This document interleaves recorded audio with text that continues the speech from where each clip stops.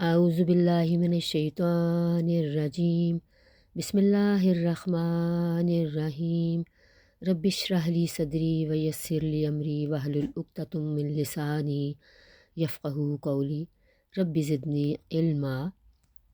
السلام علیکم ورحمۃ اللہ وبرکاتہ۔ بہنوں، بھائیوں اور پیارے بچوں، امید ہے آپ بخیریت ہوں گے۔ عزیزو، رمضان کی آمد ہے۔ اسی سلسلے میں گفتگو کا آغاز کرتے ہیں۔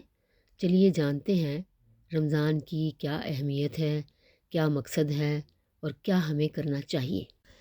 اللہ تعالیٰ نے سورہ بقرہ کی آیت نمبر 183 میں فرمایا، یا ایہا الذین آمنوا کتب علیکم الصیام کما کتب علی الذین من قبلکم لعلکم تتقون۔ ترجمہ ہے، اے لوگو جو ایمان لائے ہو، تم پر روزے فرض کر دیے گئے جس طرح تم سے پہلے انبیاء کے پیرووں پر یا ان کے ماننے والوں پر کیے گئے تھے۔ اس سے توقع ہے کہ تم میں تقوی کی صفت پیدا ہو تاکہ تم تقوی اختیار کرو۔ اس سے ہمیں یہ پتہ چلتا ہے کہ ہر نبی یا رسول کی قوم پر پچھلے زمانوں میں روزے کا تصور ہر جگہ موجود ہوتا تھا، جیسا کہ اس امت پر ہے۔ اب ہمارا کام اور ہمارا شعور ایسا ہونا چاہیے کہ ہم اپنے آپ کو ایسے سانچے میں ڈھالیں کہ ماہ رمضان سے پورا فائدہ اٹھائیں۔ اللہ تعالیٰ نے اپنی فرض عبادت کے لیے انسانوں کو ایک مہینہ رمضان عطا کیا ہے۔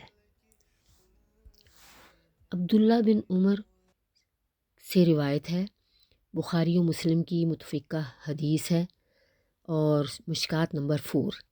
حضور صلی اللہ علیہ وآلہ وسلم نے فرمایا، اسلام کی بنیاد 5 چیزوں پر کھڑی ہے، یعنی 5 پلرز پر کھڑی ہے۔ پہلا توحید، یعنی اللہ کی گواہی، اللہ ایک ہے، اس کا کوئی شریک نہیں، یہ گواہی ہمارے پاس ہونی چاہیے۔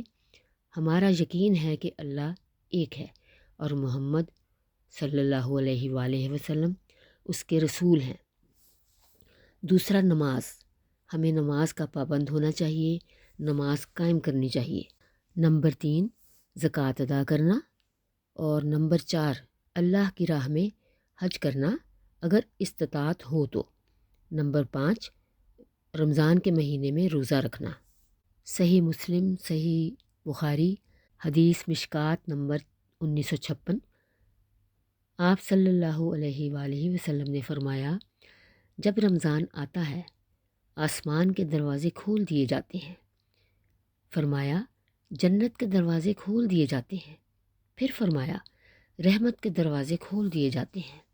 حدیث جامعہ ترمذی، سنن ابی ماجہ، مسند احمد، مشکات نمبر 190 اور 196 میں ہے۔ آپ صلی اللہ علیہ وآلہ وسلم نے فرمایا، جہنم کے دروازے بند کر دیے جاتے ہیں، آگ کے دروازے بند کر دیے جاتے ہیں، سرکش شیطان اور جنات قید کر دیے جاتے ہیں، یعنی جو بڑے اور خطرناک طور کے جنات اور شیطان ہیں انہیں قید کیا جاتا ہے، چھوٹے چھوٹے تو پھرتے ہی رہتے ہیں۔ سرکش شیاطین و جنات جکڑ دیے جاتے ہیں، یعنی اتنے خطرناک جو انسان کا جینا دوبھر کر دیتے ہیں۔ اس کا مطلب ہے کہ خاص قسم کے جنات ہوتے ہیں جو پابند سلاسل کر دیے جاتے ہیں۔ لیکن عزیزو، ہمارا نفس جو سب سے بڑا شیطان ہے قید نہیں ہوتا، وہ تو ہمارے اپنے بس میں ہوتا ہے، اسے ہمیں جکڑنا ہوگا۔ اس بابرکت مہینے میں اس کو ہم جکڑ لیں تو بہت ہمارے لیے کارنامہ ہوگا۔ طے کر لیجئے، ہم نے اللہ تعالیٰ کے لیے کچھ کرنا ہے بلکہ اپنے لیے کچھ کرنا ہے۔ آگے حدیث میں آتا ہے، ہر رات ایک منادی والا، یعنی اعلان کرنے والا، ندا لگاتا ہے، اے خیر کے طالب، ہمت کر، آگے بڑھ نیکیوں کے لیے، اور اے شر یعنی برائی کے طالب، رک جا، اب تو رک جا، اب بھی باز آ جائے اس مبارک مہینے میں۔ اور ساری رات یہی اعلان کرتا رہتا ہے، اور اس رات اللہ تعالیٰ بہت سے لوگوں کو اس سے نجات دلاتا ہے، یعنی جہنم سے نجات دلاتا ہے۔ اور اب دیکھیے آپ یہ کہ یہ تو ساری رات ہی ان کی ہو رہی ہے انسان کی نجات ہو رہی ہے، تو یہ تو رمضان کے لیے تو کوئی ایسا ٹائم ہی نہیں کہ وہ نہ ہو، وہ تو ہر رات اللہ تعالیٰ کر رہا ہے، سبحان اللہ۔ چوتھی حدیث ہے بخاری و مسلم مشکات نمبر 1958۔ آپ نے فرمایا جو شخص ایمان اور احتساب کے لیے، احتساب کے میننگ کیا ہے؟ احتساب 3 چیزوں کا مجموعہ ہے: اخلاص، ثواب کی نیت اور نفس کی اصلاح۔ ان تینوں صفات کا مجموعہ ہے احتساب۔ احتساب اور ایمان کے ساتھ رمضان کے روزے جو بھی رکھے گا، ایمان اور احتساب کے ساتھ راتوں کو قیام کرے گا، یعنی تراویح کا اہتمام کرے گا، ایمان اور احتساب کے ساتھ شب قدر کو تلاش کرنے کے لیے آخری عشرے میں بیداری کے لیے کوشش کرے گا، اس کے سارے گناہ معاف کر دیے جائیں گے۔ لیکن رکیے، آگے بھی سن لیجئے، یہ صرف چھوٹے گناہوں کے لیے بات ہو رہی ہے۔ بڑے گناہوں کے لیے توبہ اور استغفار کرنی ہوگی، اور اس کے لیے ہمیں گناہوں کو چھوڑنا بھی ہوگا، گناہ نہ کرنے کا عزم کرنا ہوگا، اللہ کی بارگاہ میں پیش کرنا ہوگا ہمیں اس کا عزم کہ ہم آگے گناہ نہیں کریں گے۔ عزیزو، ہمت کیجئے، اس رمضان میں کر ڈالیے عزم کہ ہم بڑے گناہوں سے باز آئے، اللہ تعالیٰ ہم بڑے گناہ نہیں کریں گے۔ اگر بڑے گناہوں سے پرہیز کیا جائے تو چھوٹے گناہوں کے لیے ایک نماز سے دوسری وقت نماز، یعنی ایک وقت سے دوسرے وقت کی نماز، ایک جمعے سے دوسرے جمعے تک، اور ایک رمضان سے دوسرے رمضان تک کفارہ گناہوں کا ہو جاتا ہے۔ لیکن اگر اس میں ہم باقاعدگی کریں، باقاعدگی سے یس ہم نماز بھی پڑھتے رہیں، ہر جمعہ بھی پڑھیں، اور پھر اس کا یہ تدارک ہو سکتا ہے، کیونکہ نماز کو چھوڑنا بھی ایک بڑا گناہ ہے۔ صحیح مسلم مشکات 569 نمبر کی حدیث ہے کہ حضور صلی اللہ علیہ وآلہ وسلم نے فرمایا کہ بندے کے کفر اور اسلام میں فرق نماز ہے، اس لیے نماز کو پابندی سے پڑھیے۔ 5ویں حدیث ہے بخاری و مسلم مشکات نمبر 1959۔ حضور صلی اللہ علیہ وآلہ وسلم نے فرمایا ماہ رمضان میں ہر عمل کا ثواب 10 سے 100 گنا تک بڑھا دیا جاتا ہے، اسی لیے زکوٰۃ رمضان کے مہینے میں ادا کرنے کا حکم ہوا ہے، بلکہ کرنی بھی چاہیے، کیونکہ اس میں ثواب جو ہوتا ہے وہ 10 گنا زیادہ ہو جاتا ہے، اس لیے زکوٰۃ بھی رمضان میں آپ ہم دیں تو اچھا ہے۔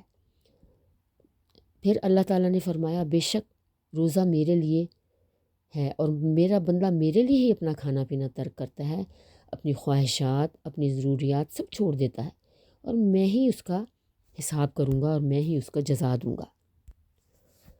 ظاہر ہے باقی نیکیاں تو نظر آ جاتی ہیں، لیکن روزہ نظر نہیں آتا، کیونکہ کیا پتہ بندے نے چھپ کے کھا لے، بندہ تو وہ کسی کو پتہ ہی نہیں چل سکتا۔ اللہ تعالیٰ فرماتا ہے روزہ بندے اور میرے درمیان ایک راز ہے، یہ ایک ایسی عبادت ہے جو نظر نہیں آتی، صرف اللہ ہی جانتا ہے اس کے بارے میں کہ روزہ خالص ہے یا بندے نے کچھ ہیرا پھیری کر لی ہے۔ پھر فرمایا اللہ تعالیٰ نے کہ روزے دار کو 2 خوشیاں ملیں گی، ایک تو اس وقت جس وقت وہ روزہ افطار کرے گا، اور دوسری اس وقت جس وقت وہ مجھ سے ملاقات کرے گا۔ سبحان اللہ، سبحان اللہ، ہمیں اس وقت بھی خوشی ملے گی جب ہم اللہ سے ملیں گے انشاءاللہ تعالیٰ۔ روزہ دار کی خوشبو اللہ تعالیٰ کو کستوری سے زیادہ پسند ہے، اور روزہ ڈھال ہے گناہوں سے بچنے کے لیے۔ اللہ تعالیٰ نے فرمایا اگر روزے کی حالت میں کوئی تم سے جھگڑا کرے تو کہہ دو میں روزے سے ہوں، اور تم روزے میں فحش گوئی بالکل نہ کرو، اور گناہوں سے اجتناب کرو، بڑے اور چھوٹے دونوں گناہوں سے اجتناب کرو۔ 6ٹھی حدیث ہے سنن نسائی مسند احمد مشکات نمبر 1962۔ حضور صلی اللہ علیہ وآلہ وسلم نے فرمایا رمضان کا مہینہ آیا ہے، اس کے روزے تم پر فرض کیے گئے ہیں، اس میں آسمان کے دروازے کھول دیے جاتے ہیں، جہنم کے دروازے بند کر دیے جاتے ہیں، جنت کے دروازے 8 ہیں اور جہنم کے دروازے 7 ہیں، سرکش شیاطین جکڑ دیے جاتے ہیں۔ اس مہینے میں ایک رات ایسی ہے جو 1000 مہینوں سے بہتر ہے، 1000 مہینوں سے افضل ہے۔ جو شخص اس کی بھلائی اور خیر سے محروم ہو گیا وہ سمجھو ہر بھلائی اور خیر سے محروم ہو گیا۔ یا اللہ توبہ، یا اللہ معاف کرنا ہمیں۔ عزیزوں کوشش کیجیے اس ان راتوں کو اپنے مصروفیت کی، اس میں جاگنے کی، اس میں جاگیں، قیام کریں اور کوشش کریں اس کو پانے کی۔ اللہ میں آپ کو توفیق عطا فرمائے۔ 7ویں حدیث ہے بخاری و مسلم مشکات نمبر 1957۔ جنت کے 8 دروازے ہیں، سب دروازوں کے نام مختلف ہیں۔ ایک دروازے کا نام ہے باب الریان، اس دروازے کے ذریعے ان روزے داروں کو نام سے لوگوں کو بلایا جائے گا جو دنیا میں روزے رکھتے رہے تھے۔ سبحان اللہ، دیکھیے کتنا بڑا اعزاز ہے بھی۔ خدا کرے ہم بھی ایسی ہی دروازے سے جانے کے قابل ہو سکیں، اپنے روزے صحیح طریقے سے رکھیں جیسے حکم ملا ہے، نماز، اس کے ساتھ تراویح، اور پھر یہ کہ دن کی مصروفیات بھی اللہ ہی کے لیے ہونی چاہیے۔ تو عزیزو، ہم نے کوشش کی ہے آپ کو کچھ بتانے کی، سمجھانے کی، تو آپ اتنا ابھی کریے، تو اگلی ویڈیو میں ہم آپ کو مزید بتائیں گے تاکہ آپ اور مزید استفادہ کر سکیں انشاءاللہ تعالی۔ تو اس وقت کے لیے تک ہمیں اجازت دیجیے۔ اللہ حافظ۔